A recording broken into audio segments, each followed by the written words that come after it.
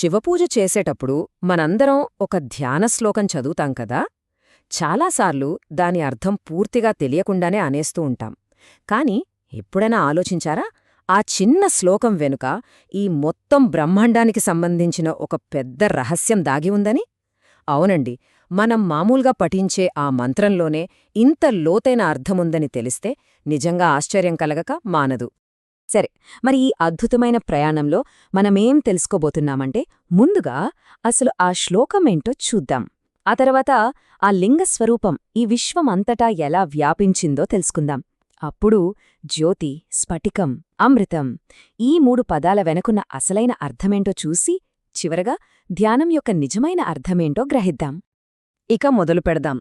శివపూజలో ధ్యాన శ్లోకం మనందరికీ ఇది బాగా తెలిసిన విషయమే. అయితే అసలు మనం ధ్యానం చేస్తున్నది దేనిమీద? కేవలం మన ముందున్న రూపం మీదనా, లేక దాని వెనకున్న అసలైన తత్వం మీదనా? ఒక్కసారి ఆలోచించండి.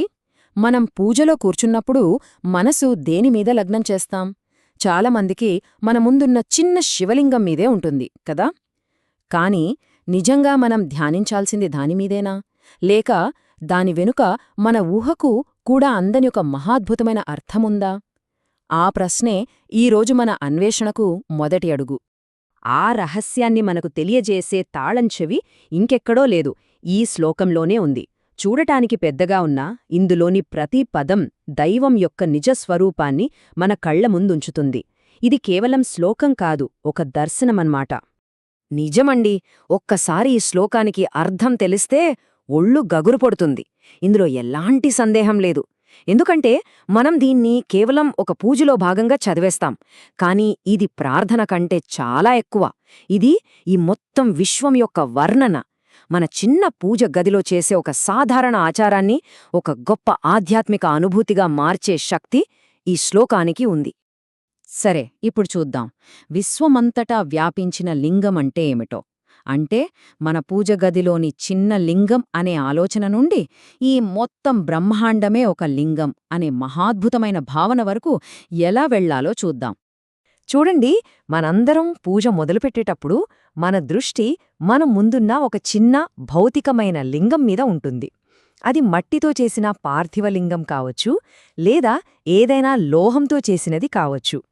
అక్కడ్నుంచే మన ధ్యానం మొదలవుతుంది. కానీ ఈ శ్లోకమేం చేస్తుందంటే, మన ఆలోచనను అక్కడితో ఆపదు, వెంటనే దాన్ని విస్తరింపజేస్తుంది.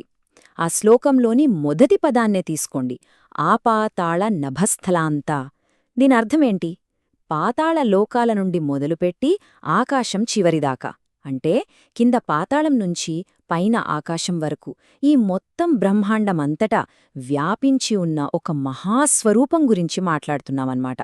అవును, ఇక్కడే మన దృష్టికోణం పూర్తిగా మారిపోవాలి. మనం ధ్యానం చేయాల్సింది మన ముందున్న ఆ చిన్న లింగం మీద కాదు, దానికి బదులుగా మన కొలతలకు కూడా అందని ఈ విశ్వమంతా నిండిన ఆ అనంత స్వరూపం మీద. అప్పుడు మనకర్థమవుతుంది ఆ చిన్న లింగం కేవలం ఒక గుర్తు, ఒక ప్రతీక మాత్రమే అని. సరే, ఇంత పెద్ద విశ్వస్వరూపాన్ని మనం ఎలా అర్థం చేసుకోవాలి, ఎలా ధ్యానించాలి? దానికే ఈ శ్లోకం మనకు 3 అద్భుతమైన పదాలనిచ్చింది. అవే జ్యోతి, స్ఫటికం మరియు అమృతం. ఈ 3 ఆ పరమాత్మ యొక్క 3 ముఖ్యమైన గుణాలని చెప్పొచ్చు. మొదటిది జ్యోతి. జ్యోతి అనగానే మనకు దీపం, వెలుగు గుర్తుకొస్తాయి. కాని ఇక్కడ అర్థం అది కాదు. ఇక్కడ జ్యోతి అంటే చైతన్యం, అంటే కాన్షియస్నెస్. ఈ విశ్వంలో ప్రతీదీ కదలాలన్నా, జీవించాలన్నా దానికి కారణమైన ఆ మూలశక్తినే, ఆ చైతన్యాన్నే ఇక్కడ జ్యోతి అని వర్ణించారు. ఇక రెండవదే స్ఫటికం. స్ఫటికం చూడ్టానికి చాలా స్వచ్ఛంగా, క్లియర్గా ఉంటుంది కదా. ఇక్కడ కూడా అదే అర్థం. స్ఫటికం అంటే స్వచ్ఛత, ఎలాంటి మచ్చ, మరక లేనిది. ఈ ప్రపంచంలో ఉండే మార్పులు, సుఖదుఖాలు ఇలాంటివేవి అంటని ఒక నిర్మలమైన, నిష్కళంకమైన తత్వమన్నమాట. దీన్ని ఇంకా బాగా అర్థం చేసుకోవాలంటే చూడండి, మన చుట్టూ ఉన్న ప్రపంచం ఎప్పుడూ మారుతూ ఉంటుంది. సుఖాలు, దుఃఖాలు వస్తూపోతూ ఉంటాయి. కాని పరమాత్మ తత్వం అలా కాదు. దానికి మార్పు లేదు, ఎలాంటి వికారాలు దాన్ని అంటవు. అందుకే దాన్ని స్వచ్ఛమైన స్ఫటికంతో పోల్చారు. ఇక చివరిది, మూడవది అమృతం. అమృతమంటే మరణం లేనిది అని కదా మనకు తెలుసు, అంటే శాశ్వతమైనది. కాని ఇక్కడింకో లోతైన అర్థం కూడా ఉంది. అమృతమంటే శాశ్వతమైన ఆనందం, ఎలాంటి బాధలేని, అంతంలేని ఒక పరిపూర్ణమైన ఆనంద స్వరూపం. అదే అమృతం. సరే, ఇప్పుడు మనకు జ్యోతి, స్ఫటికం, అమృతం అంటే ఏంటో తెలిసింది, చాలా బావుంది. కానీ ఈ జ్ఞానం వల్ల మన పూజ ఎలా మారుతుంది? ఇక్కడే ఉంది అసలు విషయం. ఇది కేవలం తెలుసుకోవడం కాదు, మనం చేసే పూజను, ధ్యానాన్ని ఒక గొప్ప అనుసంధానంగా మార్చే శక్తి ఈ అర్థంలో ఉంది.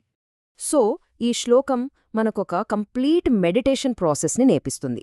ఎలాగంటే, స్టెప్ 1 మన ముందున్న భౌతిక లింగంతో మొదలుపెట్టాలి. స్టెప్ 2 ఈ శ్లోకాన్ని చదువుతూ మన ఆలోచనను, మన చైతన్యాన్ని ఈ మొత్తం విశ్వానికి విస్తరించాలి. ఇక ఫైనల్గా స్టెప్ 3 ఆ విశ్వస్వరూపాన్ని స్వచ్ఛమైనదిగా, చైతన్యవంతమైనదిగా మరియు ఆనందమయమైనదిగా మనసులో ధ్యానించాలి. ఇదే అసలైన ప్రక్రియ.